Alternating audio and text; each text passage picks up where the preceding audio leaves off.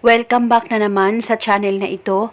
May ibabahagi na naman ako sa inyo ngayon na panibagong video. Ito'y simpleng gabay at simpleng pamamaraan. At kung bago sa channel na ito ay huwag niyo pong kalimutang mag-subscribe at pindutin ang notification bell para palagi kayong updated sa mga bago kong videos. Gusto mo ba na siya ay atat na atat at palaging sabik na sabik sa'yo? Malayo o malapit man kayo sa isa't isa? Lalong-lalo na kung minsan lang kayo magkasama at magkausap na dalawa dahil sa long distance relationship kayong dalawa. At kung palagi naman kayong nagsasamang dalawa o kayo ay nagsasama sa iisang bahay pero napakalayo ng kalooban niya sa'yo. Kaya kung gusto mo na siya ay palaging atat at palaging sabik sa iyo, ay gawin mo lamang itong ritual na ituturo ko sa inyo ngayon. Dapat hindi kayo nagdududa o nagdadalawang isip sa mga ganitong pamamaraan. At palagi ko talaga itong pinapaalala sa inyo.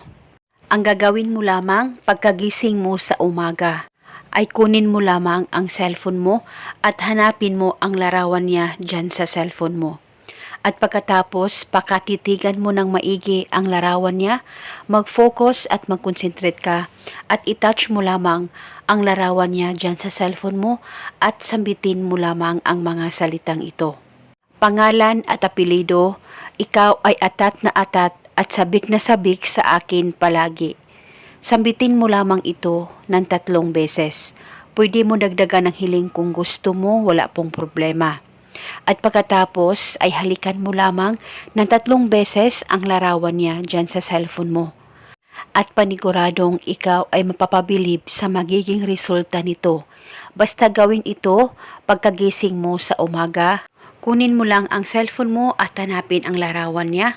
At titigan ng maigi at sambitin ang spell at halikan mo lamang ng 3 beses ang larawan niya. Gawin ito araw-araw. Basta gawin ito pagkagising mo sa umaga. At pwede ito gawin hanggang kailan mo gusto o hanggang kailan mo gusto ihinto ang ritual na ito. At eto muna sa ngayon, maraming salamat po sa panunood. May God bless us all.